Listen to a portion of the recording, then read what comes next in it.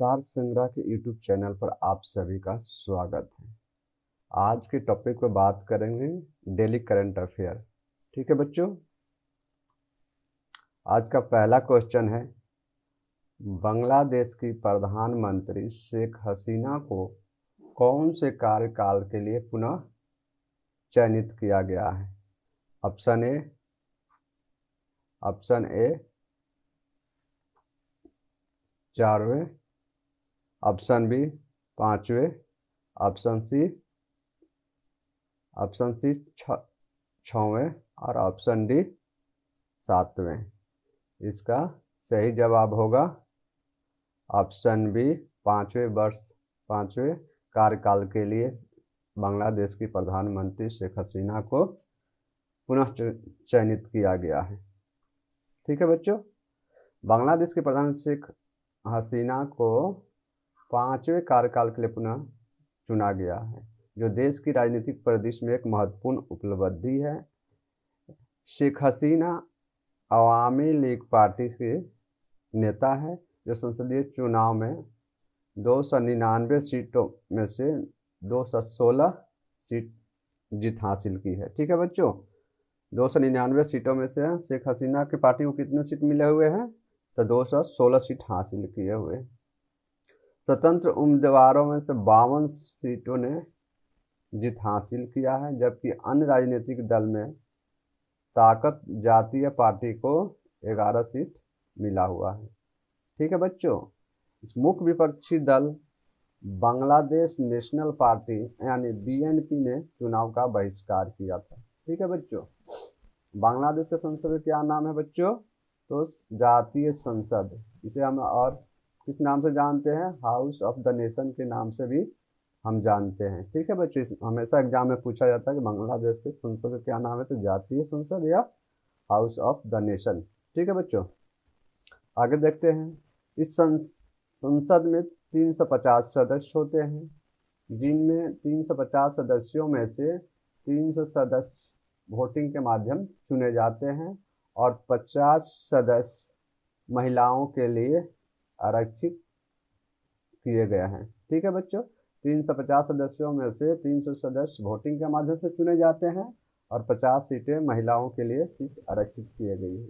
बांग्लादेश सरकार में बनाने के लिए किसी भी राजनीतिक पार्टी को 152 सीटों की जरूरत पड़ती है। अगर किसी भी पार्टी को सरकार बनाने के लिए उसके 51 सीटों पर जीत दर्ज होनी चाहिए।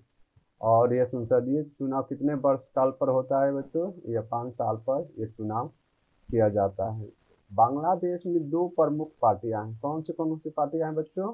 पहली पार्टी है शेख हसीना की अवामी लीग पार्टी है, जबकि दूसरी मुख्य पार्टी है खालिदा जिया की पार्टी का नाम है बांग्लादेश नेशनलिस्ट पार्टी है। ठीक है बच्चों, आपको याद रखना होगा कि बांग्लादेश में 2 मुख्य पार्टियों के नाम कौन कौन से हैं? अवामी लीग पार्टी और बांग्लादेश नेशनलिस्ट पार्टी है। ठीक है बच्चों, जानते हैं बांग्लादेश के कुछ इतिहास के बारे में।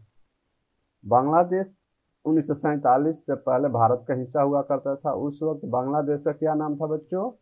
यह ईस्ट बंगाल के नाम से जाना जाता था।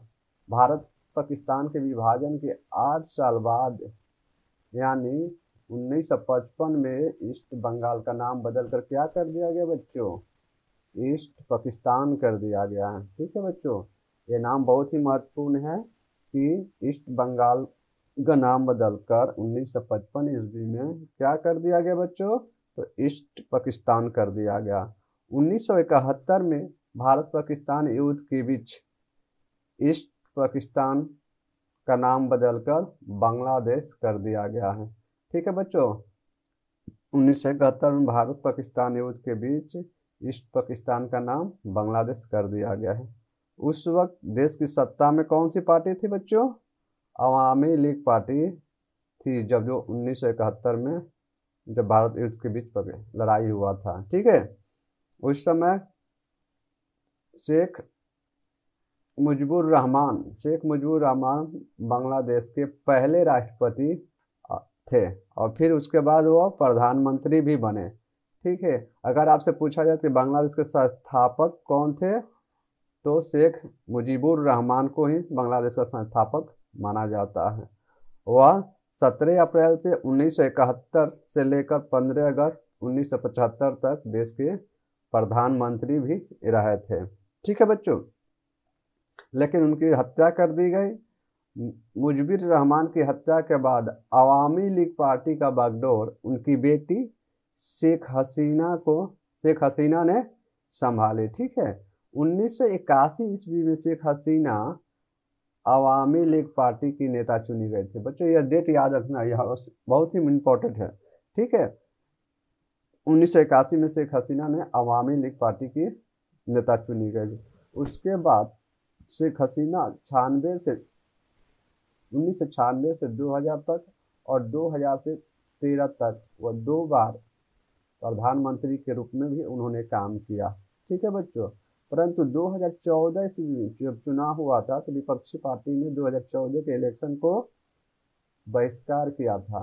उस वक्त भी शेख हसीना बांग्लादेश के प्रधानमंत्री पद पर कार्यरत थी। ठीक है बच्चों, अगर आपसे पूछा जाए कि 1971 में पाकिस्तान से आज़ाद होने के बाद बांग्लादेश में अभी तक कितने आम चुनाव हो चुके हैं बच्चों, तो यह 12 आम चुनाव हो चुके हैं। ठीक है बच्चों, चलते हैं अगले क्वेश्चन की तरफ।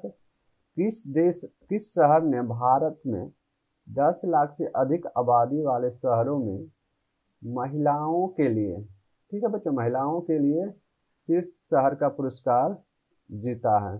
ऑप्शन ए है चेन्नई, ऑप्शन बी है बेंगलुरु, ऑप्शन सी है दिल्ली, ऑप्शन डी है मुंबई।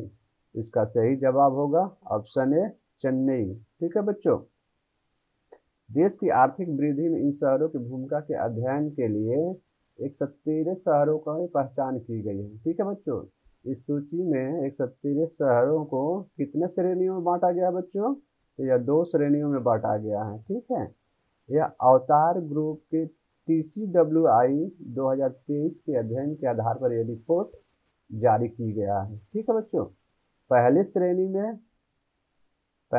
में 10 लाख से ज़्यादा आबादी वाले 49 शहरों को शामिल किया गया है, जबकि दूसरे श्रेणी में 10 लाख से कम आबादी वाले बच्चों, ठीक है बच्चों, ये 10 लाख से कम आबादी वाले शहरों को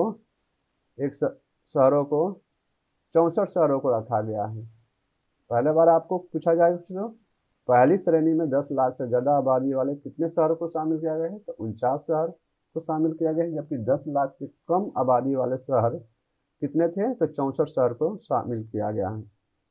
चेन्नई शहर भारत में 10 लाख से अधिक आबादी वाले शहरों में महिलाओं के लिए शीर्ष शहर का पुरस्कार जीता हुआ है। ठीक है बच्चों, जबकि वहीं तिरुचिरापल्ली 10 लाख से कम श्रेणी की आबादी में यह पुरस्कार जीता है। ठीक है बच्चों, आगे देखते हैं 10 लाख से अधिक आबादी वाले शहरों की श्रेणी में कौन कौन से शहर है बच्चों। पहले स्थान पर चेन्नई है, दूसरे स्थान पर बेंगलुरु है, उसके बाद पुणे है, मुंबई है, हैदराबाद है, कोलकाता है, अहमदाबाद है, दिल्ली है, कोयम्बटूर है और जयपुर का स्थान है। ठीक है बच्चों, ये 10 शहर हैं जो शीर्ष क्रम से अनुसार हैं। वहीं आपसे पूछा जाए 10 लाख से कम आबादी वाले शहरों की श्रेणी में कौन कौन से शहर आए हुए हैं। यह प्रथम स्थान पर तिरुचिरापल्ली है, दूसरे पर वेल्लोर है, उसके बाद कोची है, तिरुवनंतपुरम है, शिमला है, सेलम है, ईरोड है, तिरुपुर है, गुरुग्राम और पुदुचेरी का स्थान मिला हुआ है। ठीक है बच्चों, अगर इस रैंक में बात करें दिल्ली का, तो वो 8वें रैंक पर शामिल है, जो टॉप 10 के अंतर्गत जगह दिल्ली ने बना ली है, जबकि पिछले वर्ष उन्होंने 14वें रैंक पर दिल्ली का स्थान था। ठीक है बच्चों, देखते हैं अगले क्वेश्चंस। PM विश्वकर्मा योजना लागू करने वाला पहला केंद्र शासित प्रदेश कौन सा है बच्चों। Option A Puducherry, option B Delhi, option C Jammu और Kashmir, option D Andaman and Nicobar. परंतु इसका सही जवाब होगा option C Jammu and Kashmir. ठीक है बच्चों, यह योजना शिल्प समुदाय को सशक्त बनाने और उनकी क्षमता को बढ़ाने, स्वरोजगार के साथ उन्हें उद्योगों की जरूरत के अनुसार कुशल बनाने के लिए शुरू किया गया है केंद्र सरकार के द्वारा। इस योजना का उद्देश्य कारीगरों को सशक्त बनाने के लिए मान्यताएं, प्रशिक्षण, टूल किट, प्रमाण पत्र, विपणन सहायता और आसान ऋण प्रदान किया जाएगा। इस योजना के तहत पीएम विश्वकर्मा प्रमाण पत्र, आईडी कार्ड के साथ साथ 5 से 7 दिन का बुनियादी प्रशिक्षण दिया जाएगा, जो 15 दिन या उससे अधिक के उन्नत प्रशिक्षण के साथ कारीगरों को प्रमाण पत्र दिया जाएगा। प्रशिक्षुओं को 500 रुपया भी दिया जाएगा बच्चों। जो व्यक्ति प्रशिक्षण लेगा उसको 500 रुपया प्रतिदिन दर की भत्ता से दिया जाएगा। वहीं प्रशिक्षित कारीगरों के लिए 15,000 रुपये के आधुनिक टूल मुफ्त में दिया जाएगा। ठीक है बच्चों। इसके अलावा क्रेडिट कार्ड आधारित ऋण, व्यवसाय के विस्तार के लिए विपणन सहायता भी की व्यवस्था की गई है। अगला क्वेश्चन है, पृथ्वी का घूर्णन दिवस कब मनाया जाता है बच्चों? ऑप्शन ए 1 दिसंबर, ऑप्शन बी 8 जनवरी, ऑप्शन सी 1 मई, ऑप्शन डी 5 जून। बट इसका सही जवाब है 8 जनवरी। 8 जनवरी को पृथ्वी का घूर्णन दिवस मनाया जाता है, जबकि 1 दिसंबर को कौन सा दिवस मनाया जाता है बच्चों? विश्व एड दिवस मनाया जाता है। ठीक है बच्चों। 1 मई को कौन सा दिवस मनाया जाता है बच्चों?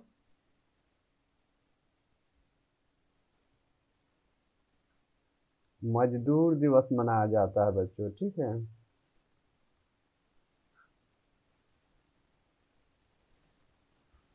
और 5 जून को कौन सा दिवस मनाया जाता है बच्चों? विश्व पर्यावरण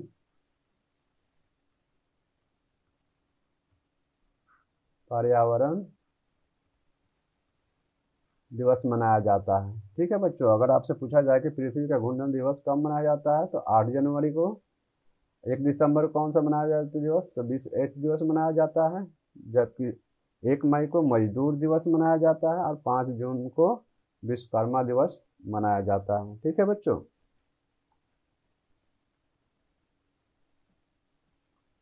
फिर अगला क्वेश्चन है, 21वां गोल्डन ग्लोब पुरस्कार 2024 क्रिस्टोफर नोलन की ओपेनहाइमर ने कुल कितने अवार्ड जीते हैं? ठीक है बच्चों। 21वां गोल्डन ग्लोब पुरस्कार 2024 में क्रिस्टोफर नोलन की ओपेनहाइमर ने कुल कितने अवार्ड जीते हुए हैं? तो ऑप्शन ए है 5, ऑप्शन बी है 7, ऑप्शन सी है 8, ऑप्शन डी है 9। बट इसका सही जवाब है ऑप्शन ए, 5 अवार्ड इन्होंने जीता हुआ है। ठीक है बच्चों। 21वां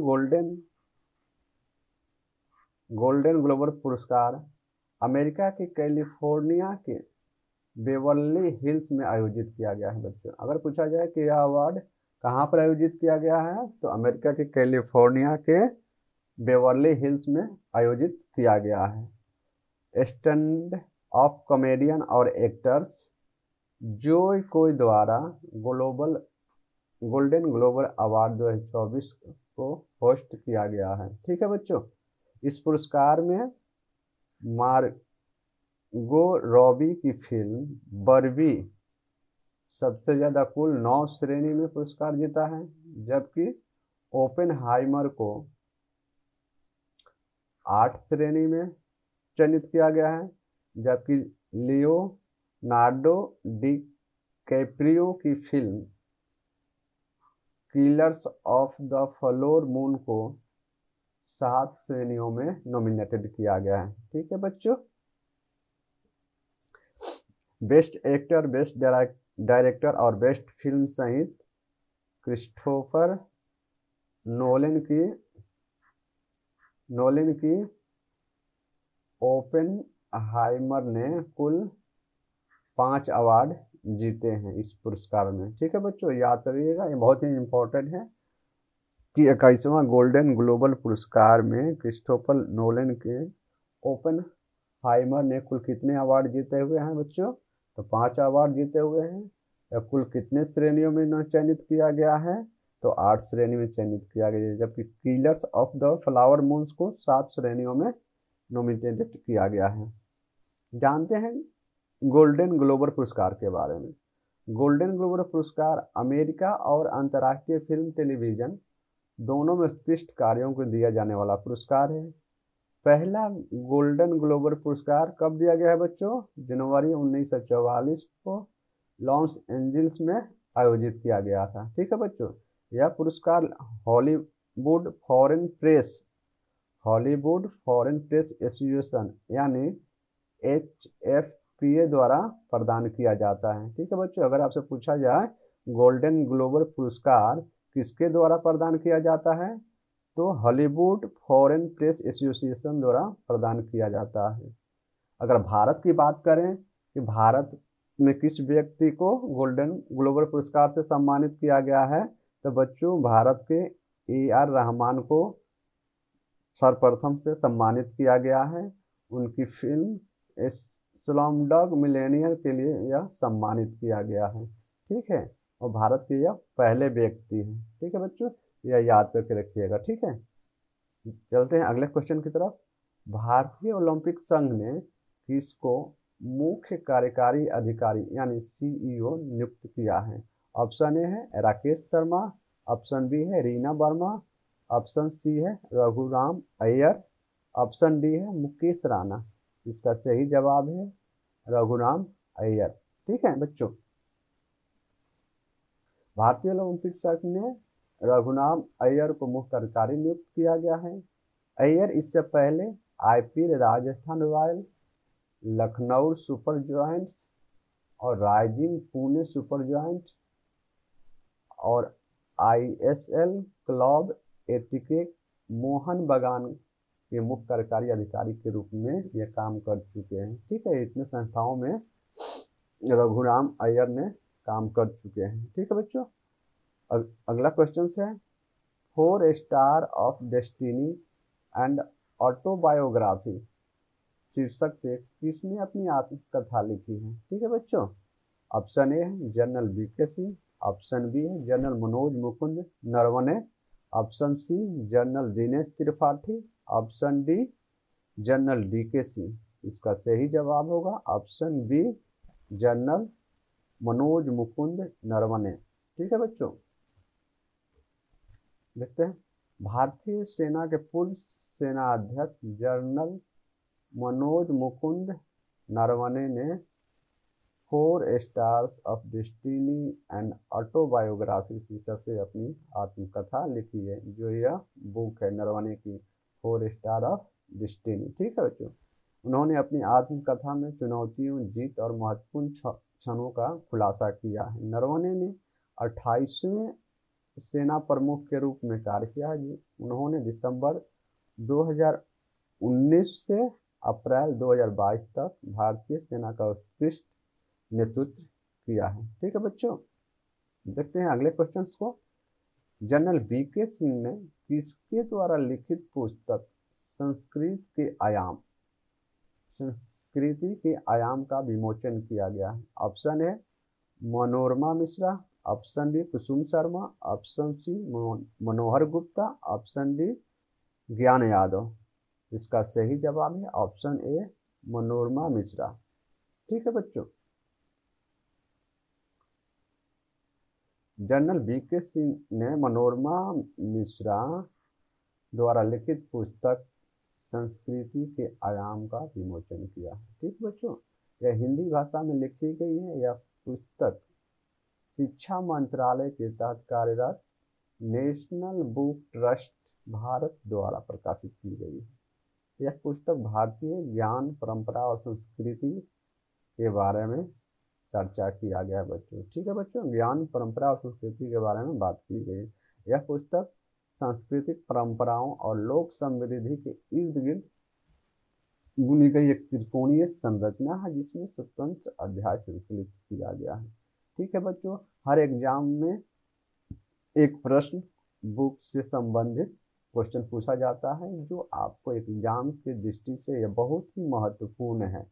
ठीक है, हर जो भी बुक लॉन्च किया जा रहा है या प्रकाशित की जाती है किसके द्वारा लिखा जाता है और किससे संबंधित है, यह आपको जानकारी रखना बहुत ही जरूरी है।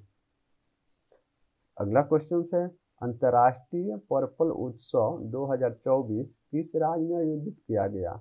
ऑप्शन ए है मध्य प्रदेश, ऑप्शन बी है असम, ऑप्शन सी है गोवा, ऑप्शन डी है महाराष्ट्र। इसका सही जवाब है ऑप्शन सी, गोवा में अंतर्राष्ट्रीय पर्पल उत्सव 2024 आयोजित किया गया है। ठीक है बच्चों, यह विकलांग व्यक्तियों के लिए राज्य आयुक्त की अध्यक्षता में गोवा में, ठीक है बच्चों, किस राज्य में? गोवा में अंतर्राष्ट्रीय पर्पल उत्सव 2024 आयोजित किया गया है। ये बहुत ही है, हर एग्जाम में उत्सव महोत्सव से संबंधित क्वेश्चन पूछा जाता है। नेक्स्ट क्वेश्चन है 2022-23 में दिल्ली की प्रति व्यक्ति आय कितने प्रतिशत बढ़कर 4,44,768 रुपये हो गए हैं बच्चों? ऑप्शन ए है 12%, ऑप्शन है 14%, ऑप्शन सी 16%, ऑप्शन डी 18%। जिसका यह सही जवाब है 14%। ठीक है बच्चों, 22-23 में दिल्ली की प्रति व्यक्ति आय में 14% बढ़कर यह 4,44,770 रुपये हो गए हैं। ठीक है बच्चों, अगर बात करें दिल्ली की प्रति व्यक्ति आय 3,89,529 रुपया है जो पिछले साल का था, या से बढ़कर अब यह 4,44,768 रुपये इस वर्ष हो गया है, जो राष्ट्रीय औसत से ये कितना अधिक है बच्चों? 158% अधिक है। ठीक है, अगर आपसे पूछा है पिछले प्रति व्यक्ति आय कितना था दिल्ली की, तो 3,89,529 रुपये, जो बढ़कर इस समय 4,44,768 रुपया हो गई है।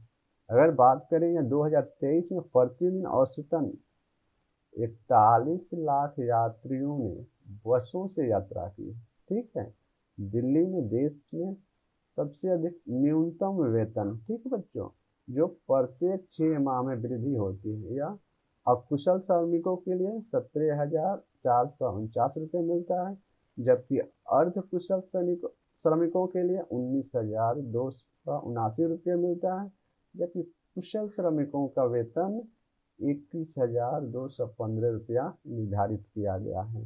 तो इन सभी को भी आप ध्यान में रखेंगे और याद करेंगे।